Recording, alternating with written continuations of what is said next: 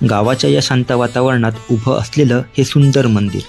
आजूबाजूला कुठलाही गोंगाट नाही. मंदिराच्या एका बाजूला हिरवीगार शेती, तर दुसऱ्या बाजूला डोंगर आणि झाडांनी वेढलेला परिसर. पावसाळ्यात या मंदिराभोवतीचं दृश्य किती सुंदर दिसतं. पावसाच्या सरींनी धुवून निघालेला परिसर, मातीचा सुगंध आणि मंदिराभोवती पसरलेली हिरवाई. काही क्षण इथे थांबलं की शहराच्या धावपळीपासून आपण किती दूर आलोय हे जाणवतं. मंदिराच्या आसपासचा परिसर पाहिला की गावाचं जीवनही हळूहळू समोर येतं. कुठे भाताची शेती, कुठे घरांच्या आजूबाजूला असलेली झाडं, तर कुठे डोंगराच्या उतारावरून खाली येणाऱ्या पाण्याच्या छोट्या वाटा. पावसाळ्यात हे पाणी एकत्र येतं आणि गावातून वाहणाऱ्या नदीला जणू नवं जीवनच मिळतं. तिच्या काठावरची हिरवाई आणि पाण्याचा सतत ऐकू येणारा आवाज, या सगळ्यामुळे वातावरणात एक वेगळीच प्रसन्नता जाणवते. इथलं आयुष्य फार वेगळं नाही. सकाळी शेताकडे जाणारी माणसं, निवांत फिरणारी गुरं, घरांच्या अंगणातली लगबग आणि आसपासचा शांत निसर्ग. पण या साध्या गोष्टी एकत्र पाहिल्या की जाणवतं, गावाचं सौंदर्य मोठ्या गोष्टींमध्ये नसतं, ते असतं अशाच छोट्या क्षणांमध्ये. मंदिराच्या शांततेपासून सुरू झालेला हा प्रवास पुढे शेती, पाणी, डोंगर आणि गावच्या रोजच्या जगण्यामध्ये मिसळून जातो. आणि या सगळ्याला एकत्र बांधून ठेवणारं हे छोटंसं गाव, रत्नागिरी तालुक्यातलं धामणसे.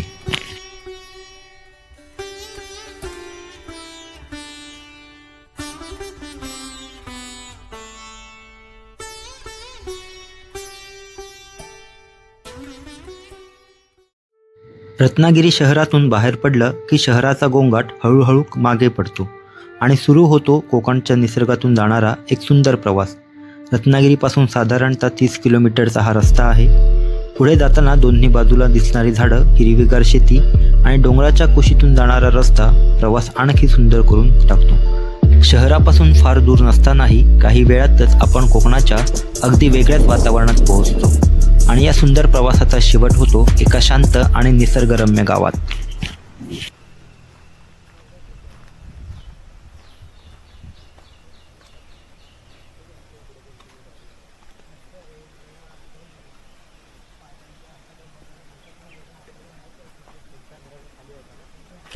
तर मित्रांनो, आता आपण धामणसेमधल्या रत्नेश्वर मंदिर आहे, जे मोठं आहे आणि ते बघण्यासाठी आपण आलेलो आहोत.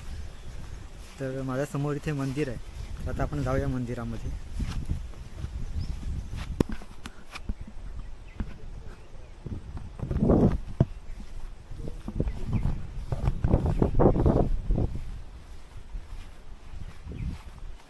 त्यांना विचार.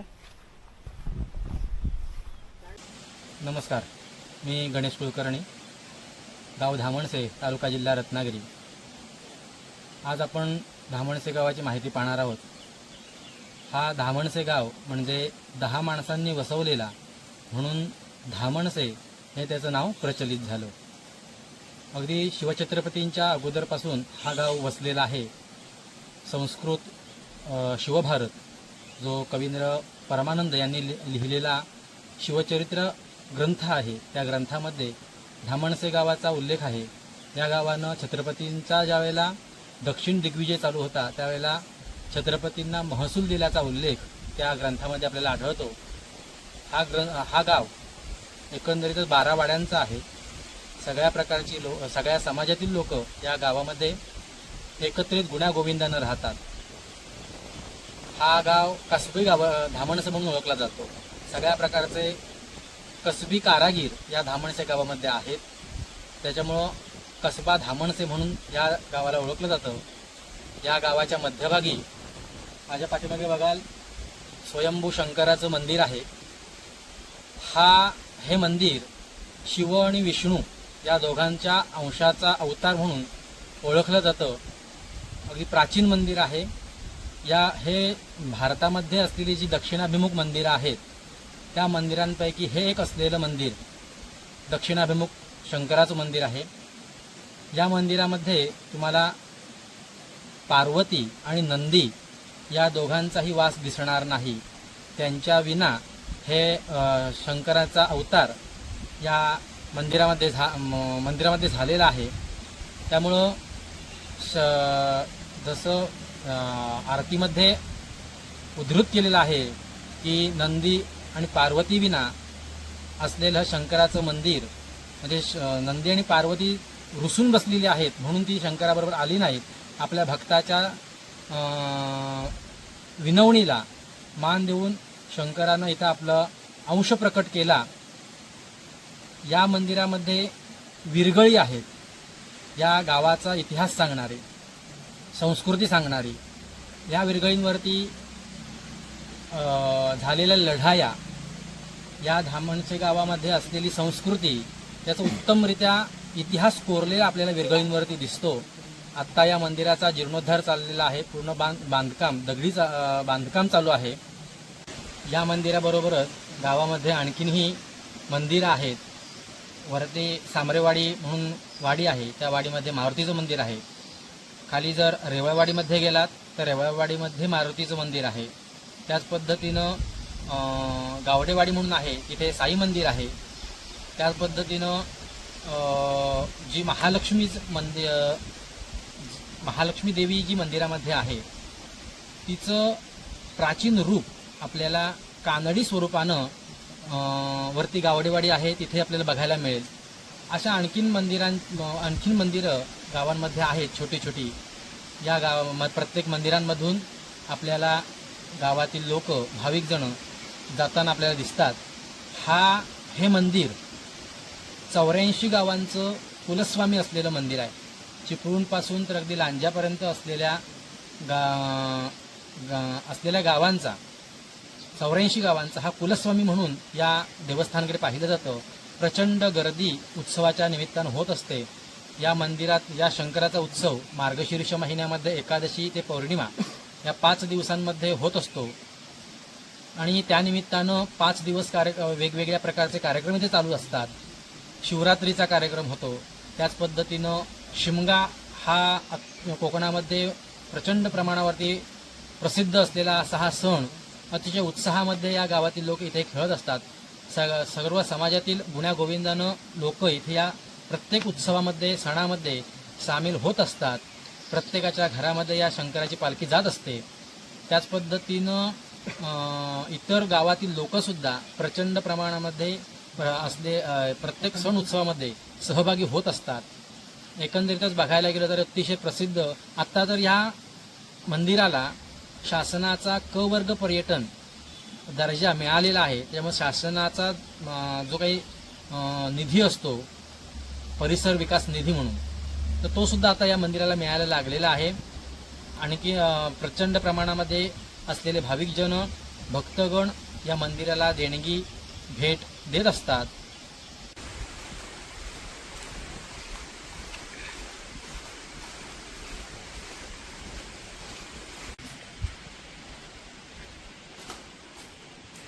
आत्ता आपण मंदिरामध्ये आलेलो आहोत. आम्ही मंदिरामध्ये ज्या मूर्त्या आहेत ग्रामदेवतांच्या आणि मुख्य आतमध्ये असलेल्या पाषाण याची माहिती देतो. आतमध्ये शंकराची पिंड आहे आणि पाठीमागे रवळनाथाची मूर्ती आहे. हा शिवविष्णू अंशानं घेतलेला अवतार इथे आपल्याला दिसतो. त्याचबरोबर ही गणपतीची मूर्ती आहे. बाजूला आहे ती वाघजाई. त्याचबरोबर कोपऱ्यामध्ये आहे ती महालक्ष्मी.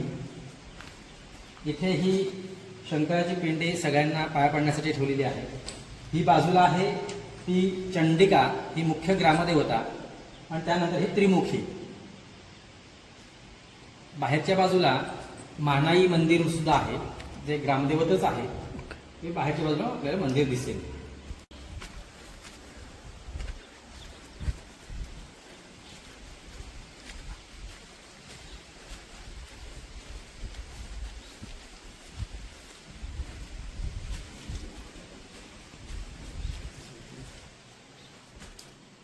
हे मानाईची मूर्ती आहे. तिचं मूळ कानडं हे मोरेवाडी म्हणून, शिरखोल मोरेवाडी तिथे आहे, पण तिचं प्रतिरूप म्हणून इथे ती मूर्ती आहे. या आपल्या गावाचा इतिहास सांगणाऱ्या वेरगळी आहेत. गावाची संस्कृती, गावाचा इतिहास, गावामध्ये झालेल्या लढाया, त्याच पद्धतीनं पूजा पद्धती याचा हा मूर्तिमंत, प्रत्यक्षदर्शी आणि महत्त्वाचा पुरावा म्हणून ओळखला जातो. इथे तुम्ही बघाल तर शंकराची पूजा करताना एक स्त्री आपल्याला दाखवलेली आहे. त्याच पद्धतीनं शंकराची भक्ती करत असताना 3 स्त्रिया दाखवलेल्या आहेत. हे डोलीमधून मुख्य गावाचे अधिकारी असतात त्यांना घेऊन जातानाचा ही दाखवलेला आहे. त्याच पद्धतीनं खाली लढाया होत असतानाचा एक चित्र कोरलेला आपल्याला दिसून येतो. तुम्हाला सांगतो की इथे पूर्वी मोठी लढाई झालेली होती, त्याचा हा इतिहास आपल्याला इथे दिसून येईल. त्या लढाईमध्ये गेलेल्या वीरांना जिथे अग्नी दिला गेला तिथे त्यांच्या पत्नी सती गेल्याचा आपल्याला बाहेर चौथेर त्याचे आपल्याला दिसून येतील. तसंच आहे, प्रत्येकावर तसंच कोरलेलं आहे. ठीक आहे.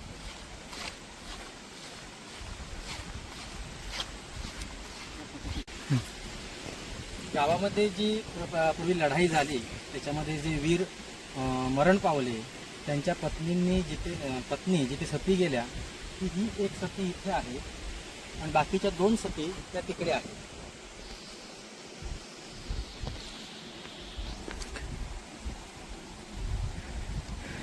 ठीक.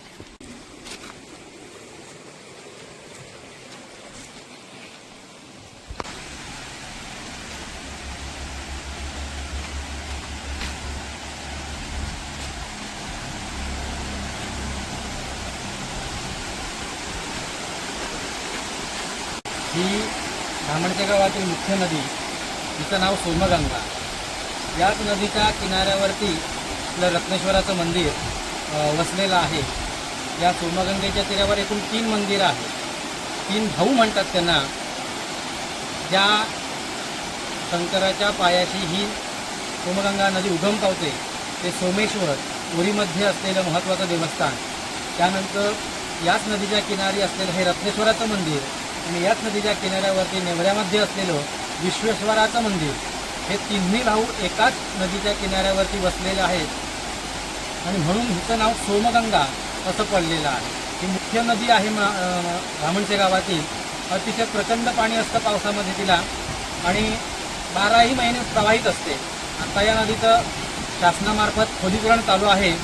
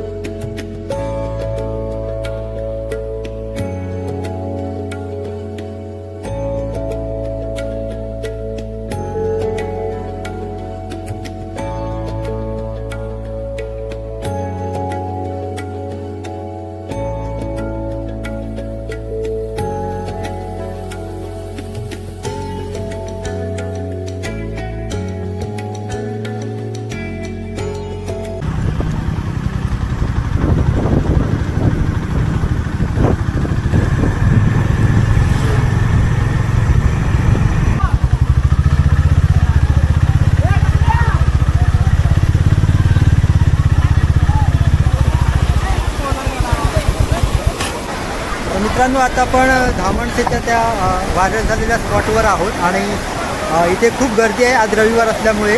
तर तो स्पॉट कसा दिसतो हे तुम्हाला दाखवतो मी आता. हा असा पूल आहे, या बाजूला गाड्या लावलेल्या आहेत आणि इथे तो स्पॉट आहे. खूप खूप गर्दी आहे.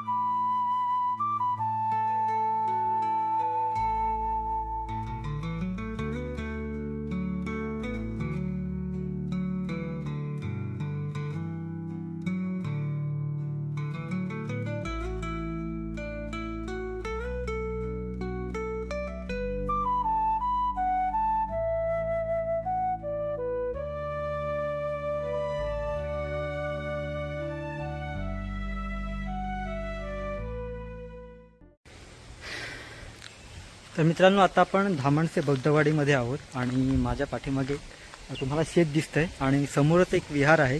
खूप सुंदर विहार आहे, ते दाखवतो आता तुम्हाला.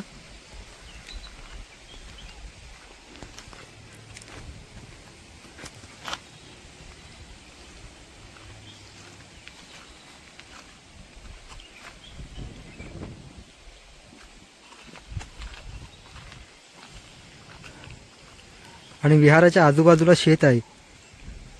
खूप असं हिरवगार दिसतंय आणि अशी जुन्या काळातली घरं आहेत. मातीचं घर दिसतंय समोर.